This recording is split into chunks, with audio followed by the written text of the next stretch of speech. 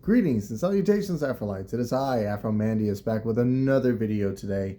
I'm going to cut it a little short when it comes to the intro because, yeah, I'm going to sound like a broken record or everything, but honestly, I just want to say that everything has been going well for me as of lately. I've been, getting myself back into the rigmarole of things and, posting my video back. I've, seen a lot of views on those videos, and I'm really happy to how it's turning out. So, gonna cut the intro a little short today because, we have ourselves a really unique and special character today, because sometimes I think about her every now and then, and she does play like a unique role in the sense of her, like, obviously being a, one of the main three, but she works as more of like a supporting pillar for the other two. But she also holds a storyline for herself. And today we're going to be focusing on, I know what you guys are about to say, but just stick with me, another elemental. Her name is Blaze. So, we're going to cut the intro a little bit short today, and I'm going to get right into it. So, what is Blaze? Who is Blaze? I already just said it. She is a fire elemental. And if you guys don't know what an elemental is already, I'm not going to explain it. You can check back in my other videos and just kind of go in, because I go a little more in depth about what an elemental is, who an elemental is, what their powers are, what their abilities are. I'm still going to go over like what her abilities are in this video, because how she uses her abilities are a lot more unique compared to how the others, like other elementals, use their abilities. But, we'll get to that when we get to that. But we're going to be talking about Blaze. Now, Blaze, obviously, with her, her presence being known more or less in the Rising Renegades storyline, I know what, get ready for it. But she makes an appearance in the Great War Saga. I know. I literally just said, we're done talking about the Great War Saga. But again, this is actually really important because when, I talk about how her relationship is with the others, especially with the other elementals, it's going to, have a little more conflict and a little more, like, not conflict of interest, but like just there's a lot more like character like dynamics when it comes to this sort of thing. So, when she was just a little tiny like elemental like child, I guess you could say, like around maybe, let's give her an estimated like age 4 or something like that. Her family was obviously fire elementals and whatnot. Now, if you hear that, and you might as well say like, Afro, what is the point of them like mentioning that they're fire elementals? Well, if you paid excuse me, I don't know why I'm like. Anywho, if you have paid attention back in my other videos, I have mentioned that there was an elemental Great War, right? Not the same as the actual Great War, but like think of it as like a civil war, I guess you could say, between two of the most powerful elements that are present in the I had a name for the elements, like home planet. I think it was like Zevran or something like that, but I'm still working on it. Anywho, basically, there was a great elemental civil war that had happened between two like apex elementals, the light elementals and the darkness elementals. And for the light elementals, they had a lot more on their side because they granted them basically whoever was on like each side kind of represented like a form of nature, I guess you could say, while the light represented like giving life of nature. The darkness elementals represented the like taking away of it, like taking away the light, I guess you could say, right? So obviously there has to be a balance. There cannot be any light without dark, there cannot be dark without any light. You know what I'm saying? Like basically it was a war between like two conflicting like elements who wanted to lead the charge and the future for the rest of elemental kind, right? So, as I mentioned before, most of the elements sided with the light elementals because, they wanted to prosper and they needed to survive, right? While the darkness elementals had a few like elements that kind of resided on their side, especially with the beast elementals and the fire elementals. There's still like there was a lot more darkness elementals during that saga to where they were able to at least, contend with the other side. And obviously with the victor going to the darkness elementals, that's what made Lord Yami be in charge of the, elemental home planet.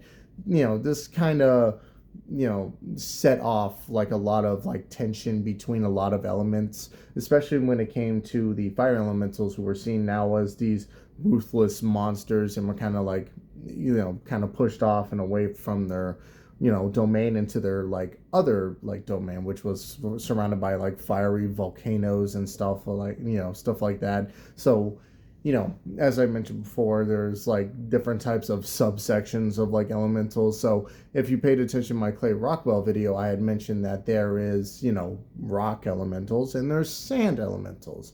Well, the kind of same scenario kind of happens with, fire elementals and whatnot, right? There's fire elementals, but there's also magma elementals, which are kind of similar to the rock elementals because if you think about it, magma is just melted rock. Anywho, I'm going off topic. So why does this deal with like blaze and whatnot, right? So it doesn't. I lied to you. I apologize. This has nothing to do with blaze yet because, I'm just kind of giving the groundwork to where the fire elementals are now, but now I am going to give you the groundwork. So during this point, during the Great War Saga, Blaze was around like maybe 4 or so, and her mother Sequoia basically was kind of taking care of her because her father was fighting in the Great War and whatnot, right? She never really got to meet her father. You know what to do. Place in fatherless behavior or whatever in the comment section or whatever. But most of my characters are fatherless and motherless anyway, so it wouldn't even really matter, I guess. But, this basically boils down to when, here we go, let me grab the jar of Afro-mentioning Cinderella-Man. Tink, I'm going to put that back over there. Cinderella-Man, makes his arrival and makes himself known. And obviously, if you if you watch my other videos, I basically explain that, Lord Yami and Cinderella-Man duke it out and they bring themselves down to the core of the planet. Cinderella-Man stabs Yami, doesn't kill him, but stabs him through his chest, and, he was kind of using his big brain to destroy the soul gem that, made up the planet and whatnot, right? So the soul gems exploded, the whole planet's like kaboom, kablam, kabat, everything is going, straight down to hell. It's sad, children are dying, parents are dying, blah, blah, blah, people are dying, right? So, this kind of comes into effect with Sequoia and her kid. So at this point, I'd call her Blaze, but that's the name that she gives herself. At this point, her mother didn't really give her a name because she was so busy, like, trying to help out her other kids and whatnot. Like, Blaze had a couple of other siblings and whatnot, but, like, some of them older, some of them younger, so she never really had the attention from her mom to kind of, like, was given a name and whatnot, right? But she always like said to her, you were always the blaze of my life. The fire, I guess you could say. You always had, passion. You always had, the drive to want to do things. So in a technical sense, like she used the word blaze to kind of make it her name and whatnot, right? So that's kind of where her name comes from. But, with the planet dying, they kind of had to go, like, haul it to, like, spaceships and whatnot and try to get off. Unfortunately, her mother and her siblings don't make it. But, her mother kind of, like, since she was kind of, like, the smallest of, like, her siblings and whatnot, her mother grabs her and, like, kind of takes her and puts her inside of a ship, like, kind of sneakily puts her on a ship and whatnot. So, as I mentioned before, when the elementals kind of starting off as kids, they are known as like formless or the moldless whatnot, right? They're like little runts and whatnot. So Blaze, obviously being surrounded by fire and like magma and whatnot, kind of allowed her to be a lot more acclimated to her area. And so she was actually able to absorb a lot more elements, like a lot more of her elements, like as compared to like most other elementals and whatnot, right? So this kind of helped her develop her powers and whatnot. She wasn't like a master at it, but she was a lot more familiar with it as compared to most other young elementals and whatnot, right? So obviously, tragedy ensues. Blaze has to say bye to her mom. Oh, Mom, I don't want to go. Mom's like, you have to go, baby. I love you. I'm sorry. And then, rocket fires off into space. Pew! So at this point, the ship is kind of like at a loss, and it doesn't know, like, there is a certain destination where it's going, but with the Great War that's happening, it's kind of interfering with the signals, and just kind of everything is just not looking good and whatnot, right? Blaze kind of accepts her fate and just kind of accepts that she's going to die until a meteor actually knocks into it. Not a meteor. Actually, another rocket knocks into it. I'm going to explain why that is in a minute. And so this rocket knocks into it, and it lands basically into Earth. Now, again, as I mentioned before, this is in the same Earth where Alva, David, and Jack is, but this is a different Earth where Janito, Red Tatanka, and the Rising Renegades are going to take place, right? Excuse me. But she lands on this planet, and she lives, of course, you know. It would be really heartbreaking if she had died in that spacecraft.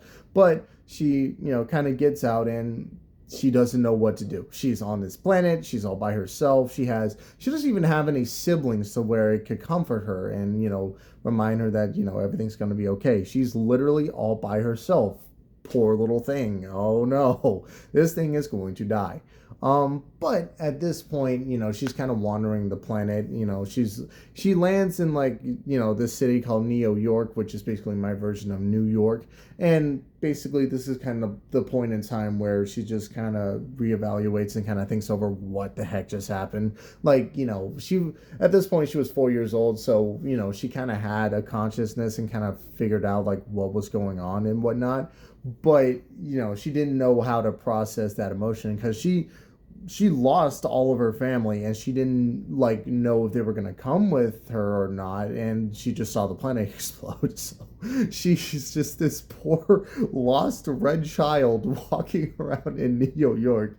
And of course with like New Yorkians, you know, or New Yorkians if you want to throw them in there, they're not really the kindest people to a little lost red child, and so they're like, oh, ew, ugly, and they start throwing trash at her and whatnot, right? So she's like running off crying.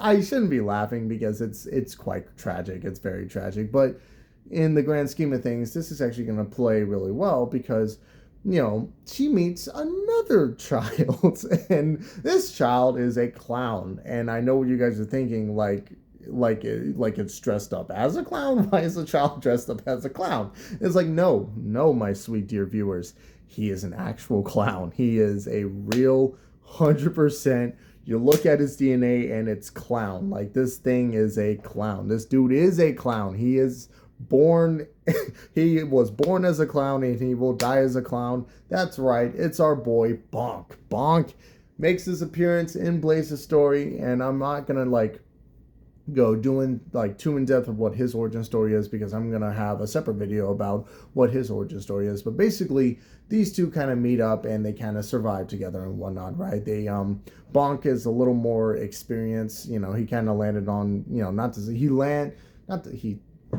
he didn't land on the planet. God, I brain farted. He didn't land on the planet, but he was thrown through a portal to, you know, New York. And basically this is kind of where he was able to kind of like build himself up. He was a very smart baby. So like, you know, that kind of comes from his clown physiology and whatnot. He was a very smart kid.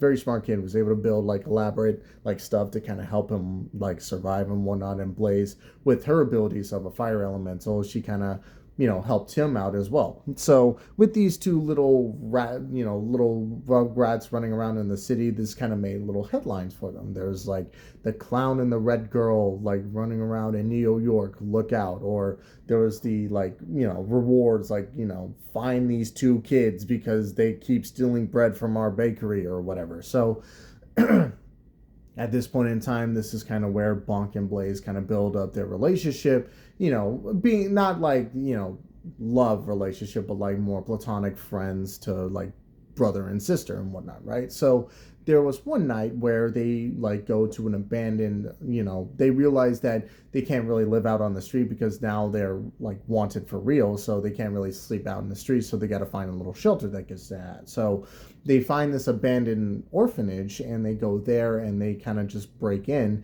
but turns out this orphanage is actually Mother Salem's orphanage. So, you know, as I mentioned before, this was way back in my legend video, and I'm kind of like rehearsing that from what I said there into here. But basically, this is kind of where they meet Mother Salem. Mother Salem takes pity on the kids because herself used to run an orphanage. And unfortunately, that orphanage was shut down by Yami Omaburo. So that kind of goes to show that Yami Omaburo was always a pain in the ass, even back then. So, you know, basically, this is kind of where they're like this is kind of what happens when they build a nice little family. They got themselves, Mother Salem got herself a nice little clown son and a nice little fire red-skinned daughter. So, it's a nice, happy family all around. So, over time, obviously with their relationship growing and whatnot, becoming Mother Salem becoming the adoptive mother of Bonk and Blaze. Weird family. Again, the family reunion is going to be kind of weird, but you know what? They loved each other nonetheless. And again, family isn't tied by blood, it's tied by bond. You know what I'm saying? So, again, it's nice to have blood family, but, if you can find, what happens if that blood family's gone? What else are you going to have, right? Anyway, I'm getting off topic. Focus back on Bonk and Blaze. They are now around 18 to 19. Bonk is about a year older than Blaze, so he's 19 while Blaze is 18, right? So, you guys must be thinking to yourselves, like, Afro, how do they make money? Obviously they're in New York. New York's the Big Apple. It's the city that never sleeps. Like, how do they make money? And to that I say, they become amateur bodyguards and whatnot, right? As I mentioned back in Bolt's video, I kind of briefly explained that they are basically like what's it saying? Like security guards, like muscles and whatnot. Like they are hired by certain people. They feel that they're unsafe in certain parts of New York because New York is kind of run by this like mobster known as the Dawn of Steel. And I've already mentioned him a couple of videos back in Clay Rockwell's video, basically explaining that he was an AI system created by Dr. Samuel Rodriguez Green Day, and that it wants to prove that it's better than Dr. Green Day because it believes that Dr. Green Day is like, peak humanity and whatnot. That's because Green Day programmed it to think it like that. So, in a weird sense, it's kind of like a robot who has daddy issues. I know that sounds weird, but just stick with me, okay? So, anywho, New York's being run by Dawn of Steel and whatnot. So, obviously, the Dawn, like Dawn mafioso boss, and Steel because it's made of metal. It's a robot. Anywho, so they kind of basically work as this like little muscle, like Heroes for Hire from Marvel Comics is the best comparison I can make it out to be. But instead of a big bulletproof black man and a white guy who knows karate, it's a clown and a girl who can shoot fire. I know, it's cool. Anywho, basically back on topic, this is kind of how they make their money to kind of, not only buy groceries, but also kind of help keep the, although I did say that it's an abandoned, like, orphanage, just an abandoned orphanage, but it's still like a residence of Mother Salem and whatnot, right? So this is kind of where they, make their money, and, they do about $25 an hour, so it makes good money and whatnot, right? So all is going well until another rocket ship comes out of the sky. Oh no, who could that be? Yeep-pew!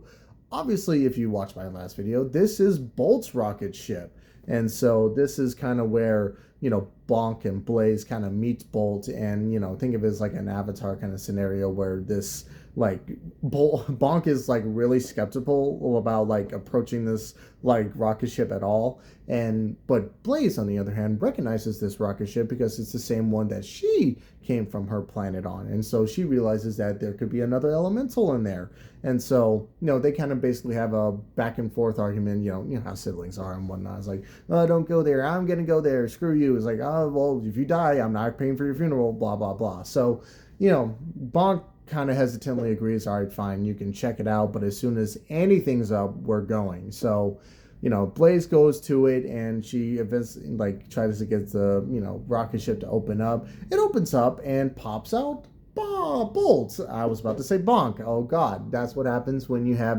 names that sound similar.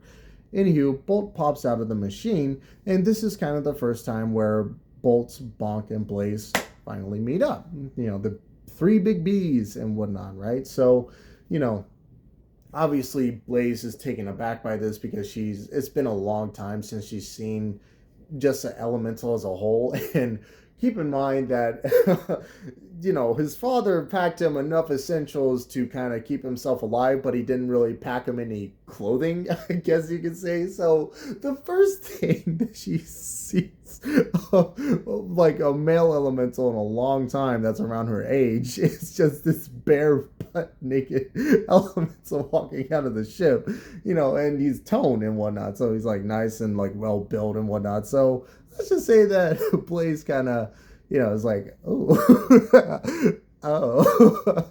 anywho, I'm getting off topic. So basically, Blaze is like, who are you? Where do you come from and whatnot? And this is kind of the point where Bolt basically is like the fish out of the water in this scenario, where he's like, I don't know who I am. I don't know. Like, I look like you, but are we the same? And it's like, in a technical sense, yes, but also no. We are not the same. We are elementals, but you're a lightning elemental, I'm a fire elemental and whatnot, right? So basically at this point in time, Bonk's like, no, we are not taking him back. First of all, why are you not wearing any pants? And second of all, we don't know what his intentions are. We don't know if he's like a secret super weapon and whatnot. But Blaze kind of taps into her like more emotional, empathetic side and realizes that, when it's all said and done, the elementals lost their home and they don't really have a home they can go to anymore. So, she kind of, convinces Bonk to kind of take Bolt with them.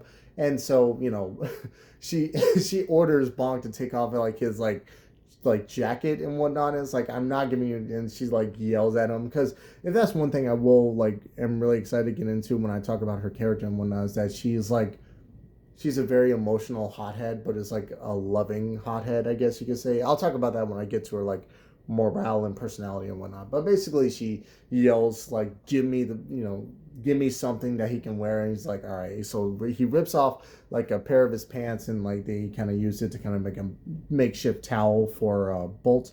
So bring him back to Mother Salem.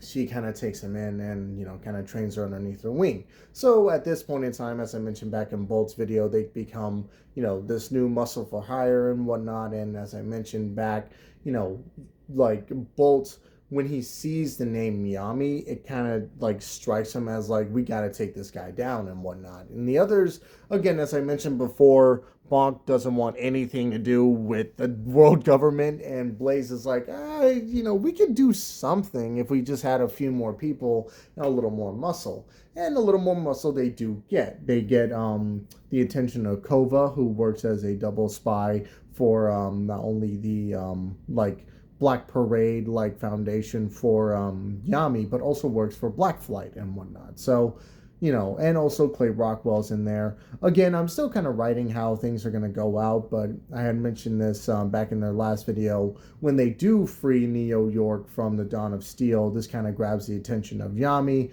Yami does not like this, not one bit, and basically traumatizes the Rising Renegades. It traumatizes Bolt, Blaze, and Bonk. They are at their lowest points and whatnot, and Bonk doesn't even want to. Bonk wants nothing to do. He's like, all right, we've done enough. Like, we are now have to go into hiding. I don't want to do this anymore. And so he basically kind of shuts himself off away from Blaze and Bolt. Bolt, on the other hand, is also really sad and depressed because he realizes that he failed the one family that wanted to see him to succeed and whatnot, right? But Blaze, as I mentioned before, as her mother has always said to her, there's this blaze in your heart. You are always so passionate. You always have this drive. And that drive she sure did have, because even with Neo York being nothing but a crater in the ground, she's like, we can't give up. We can't stop now. What, call it stupid, call it confidence, call it stubbornness, call it whatever you like. That girl's got drive. And, that's kind of what makes me really like this character, because when it's all said and done, she's the one who's like, we can't give up now. We have to keep going, because if we stop now, then everyone in New York their deaths are going to be in vain. So basically she kind of, talks to Bonk, and, with them having more of a closer relationship, she, very much is like, remember all the times that we had to struggle together, that we had to fight to sleep and live just to survive. We had to fight off rats for scraps and whatnot. So, she kind of, is like a little sister to Bonk. And Bonk, as I mentioned before, as an older brother needs to be a role model for their younger siblings and whatnot, the younger siblings also need to be there for the older brother for like guidance and allow them to kind of get back on the right path to help them continue to push forward and whatnot. And that's kind of what Blaze does in this situation. Not only comforts Bonk, but also reminds him that no matter what happens, we're all in this together. And so, this kind of gets Bonk's morale a little bit up. And, he feels a lot better than he did before, but it's like, I mean, I guess you're right.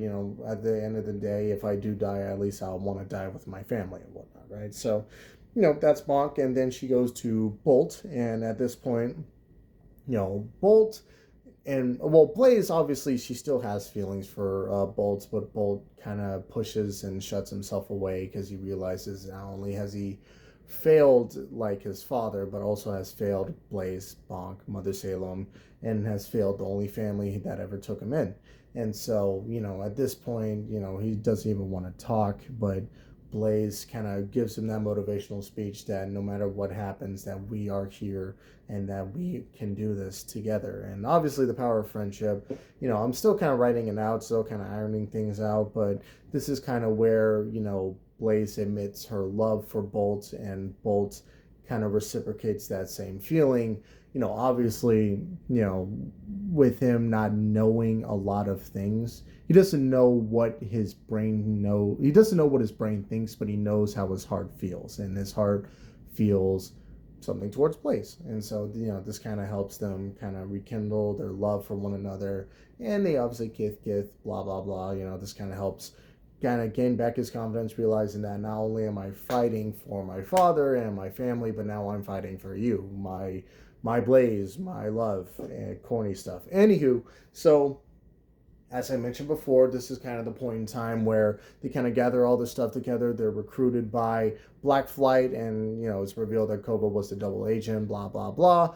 Rhythm and Blues are there, blah, blah, blah. They're going to have their own separate video, blah, blah, blah. Bolt is given the Star Shard. He turns into a pseudo star, blah, blah, blah. Then a big fight breaks out between the Black Parade and the Rising Renegades and whatnot, right? So at this point in time, obviously Yami and Bolt kind of have their run back, their rematch and whatnot. Bolt actually fights this character. I mentioned him back in my Legend video. He's known as the Pink Elephant. He's going to have his own separate video, but they kind of have a fight to where it's like fighting of ideals, and it's like, what do you fight for? Do you fight for strength? Who are you? Blah, blah, blah. I'm going to explain that when I get to the Pink Elephants video and Bonk's video. But Blaze actually, she has a fight of her own. She fights against Evera. Oh God, her last name's slipping me, but she is actually the right-hand woman of Yami. And Yami, being the apex predator of darkness, she is the apex predator of, well, I kind of spoiled it, the apex elemental of predators and beasts and whatnot. So her and Blaze kind of have this fight, and they kind of fight in the sky and whatnot. And I'm gonna get to that when I go to her abilities and whatnot.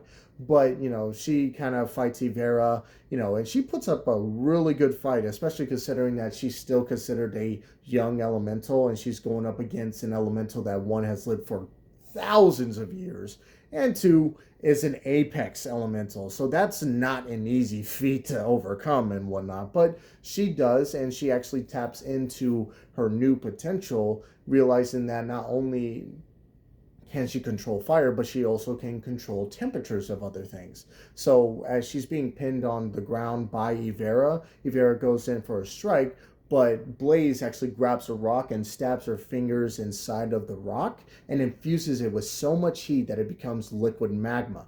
And she throws it in Evera's mouth, and this kind of causes Evera's jaw to start falling and slipping. It's really gross. I'm gonna draw it out, and it's gonna look really gnarly. So basically, this is kind of gives Blaze the advantage, and basically she heats herself up so much that she becomes a supernova, and she fires herself through the heart of Evera, and obviously her soul gem was like in her heart and whatnot, and destroys Evera. So at this point now Evera's dead, and so Bolt and Yami are kind of having their own fight. Bonk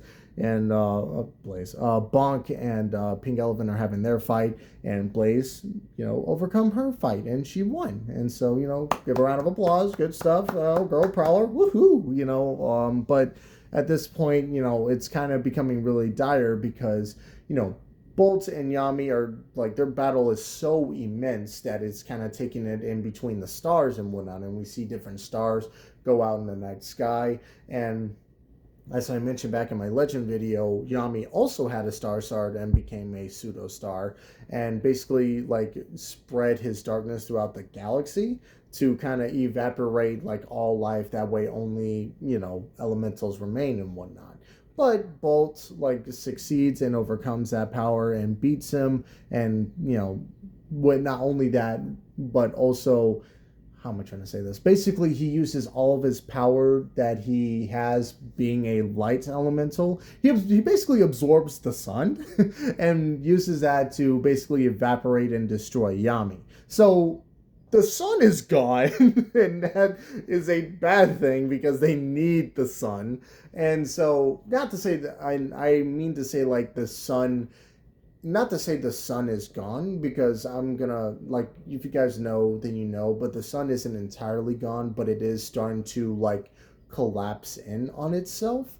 But with the help of Rockwell, Kova, and Bonk, they kind of help Blaze. There's so many names, and basically she kind of aims her shot to where it's the perfect shot to shoot through Bolt, and Bolt kind of constructs this light ball inside of him, and basically with the fire of Blaze and the light of Bolt, it creates a brand new portion of the star, and he sends it back into the sun, and it kind of reforms the sun and brings it back to normal. So that kind of ends, obviously Bolt's kind of loses like his power and falls back to Earth. He lives, but Yami's dead, Ivera's dead, Black Parade separates, and now there's a power vacuum that's on this planet and whatnot, right? So, basically, this is kind of where the Rising Renegade story ends. They kind of, not to say that it ends, but this is kind of where the first part of the story ends. As I mentioned back in my last video, Bonk actually has a story of his own with his conflicted feelings about being alone and being the only clown and whatnot, right? But in this story, unfortunately, I don't want to say that Blaze takes a backseat, but she very much is like, she does I'm still kind of writing things out, and it's like I focus a lot more on Bonk and Bolt, especially Bonk, because this is his story and whatnot, right? And the focus is more on the clown side of things. So, I'm still kind of writing things out, but this is kind of the point where Blaze and Bolt kind of have to come together to kind of remind Bonk that he's not alone, and that they're his family and whatnot. And that's kind of what I have so far, and this is really embarrassing because I thought I had something for Blaze in the story, but it's so little that it just more or less boils down to she supports Bonk and wants to try to help him see both sides and whatnot, right? So that's kind of what I have so far. I may make a part 2 kind of focusing what she does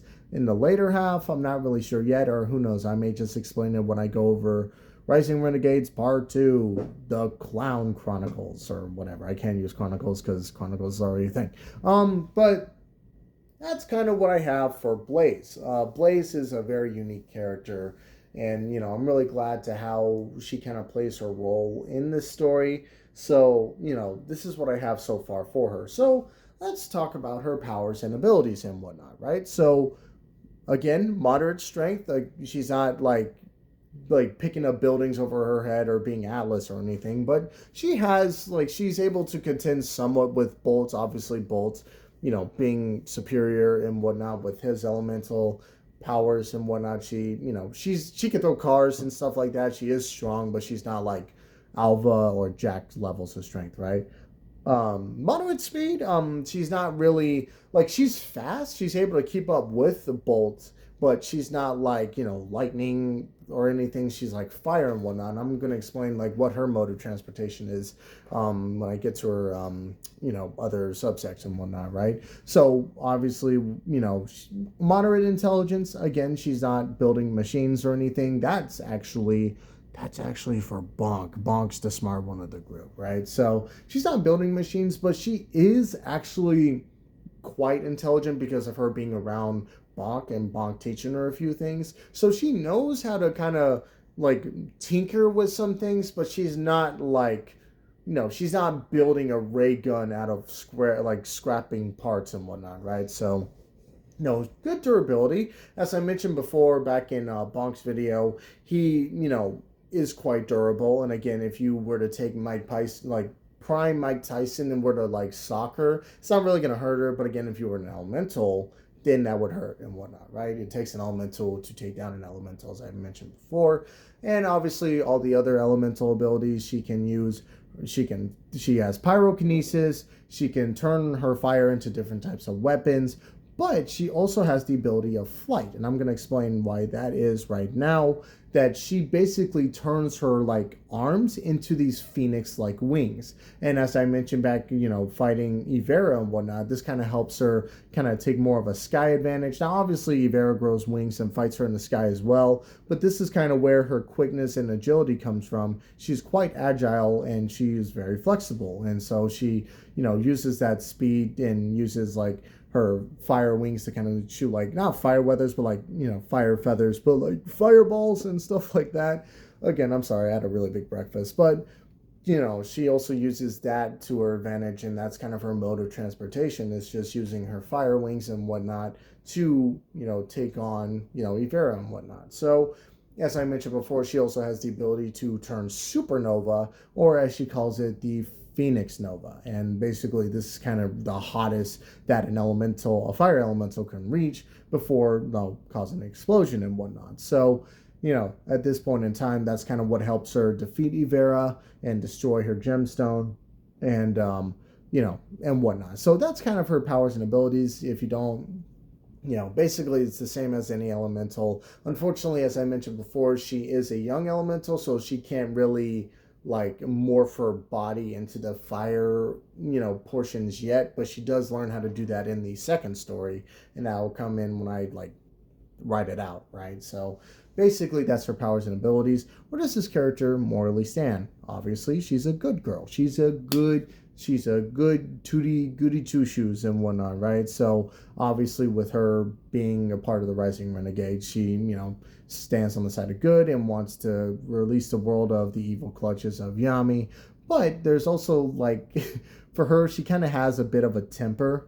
She's very passionate, I guess you could say. She, when she loves hard, and especially when it came to Bolt. There is one scene I'm writing where basically they're at this club, and there's this one girl that tries to hit on Bolt, and this kind of makes her really mad. But instead of like, punching her and whatnot, she kind of expresses it through dance. And Bonk kind of looks at Bolt and then looks at Blaze and is like, oh, I see what's happening. So I'm still writing that out, but this, basically that's kind of where her personality is that she's very hot-headed, but she also has a kind, loving heart. She just tends to kind of lose her cool every now and then and whatnot, right? So that's kind of where she stands morally. Now, what does this character mean to me? This character means a lot to me because when it's all said and done, she's an individual who didn't really have a lot growing up, but then like when she was given that opportunity to have something, she held on to it really tightly, and she never wanted to let it go. So obviously with her being one of the youngest in her family, her mom wasn't really all there to kind of keep an eye on her, but all the smaller moments and the moments where she was able to spend time with her mom, she holds on to those memories quite fondly. So, obviously with Mother Salem kind of taking up the motherly role, she loves Mother Salem, she loves Bonk, and she loves Bolt. And she obviously loves all the other friends that she makes along the way. She, becomes best friends with Rhythm, who's the younger twin sister of Blues. Blues becomes like friends with them as well. And so she loves her friends. She loves her allies. She loves and she loves hard. And, that's kind of one of my favorite things when it comes to these certain types of characters is that, you can hurt me, you can hurt my ego, you can call me names and whatnot, but hurt my friends or hurt my family, and may God like help you and whatnot, right? So she throws hands. She backs up her words with her actions and whatnot, right? So with all that being said, I'm really glad to how this character turns out. This character, this video is going to be a little bit more shorter because I had something more written out for the first part, and not to say again that she takes a back seat, but when it comes to the other characters that are presented in the story, with her, she basically works as kind of like a pillar and morale pillar for the other two to kind of bring themselves back up to their bootstraps and keep on going and whatnot, right? So with all that being said, I'm really glad to how everything is turning out. I know I sound like a broken record, but I mean it truly. And I just like the progression, and I feel like I got myself a nice rhythm when it comes to this sort of thing. So obviously I started off with the Legend universe and focusing on the focusing on the Rising Renegades characters. So what I'm planning on doing is basically doing different, like, obviously all my three stories and focusing on the certain characters that play a major role in them. And so that's kind of the idea that I have so far. And so obviously I'm going through the big 3 Bs. I'm already at Blaze, so now next week we'll probably be focusing on Bonk. And Bonk, his story may be a little bit longer because obviously you have the first, like, his origin story, then you have the Rising Renegade saga, then you have part 2, which mostly focuses on him. So I'm going to be working on that video. Stay tuned, and I hope you guys have a great day and whatnot. And we're on Hump Day, so we're halfway through the week. Just kind of keep going, and all I have to say is thank you all so much for watching. I have been Afromandius. Stay fresh and stay frosty, Afrolites, and I'll catch y'all next time.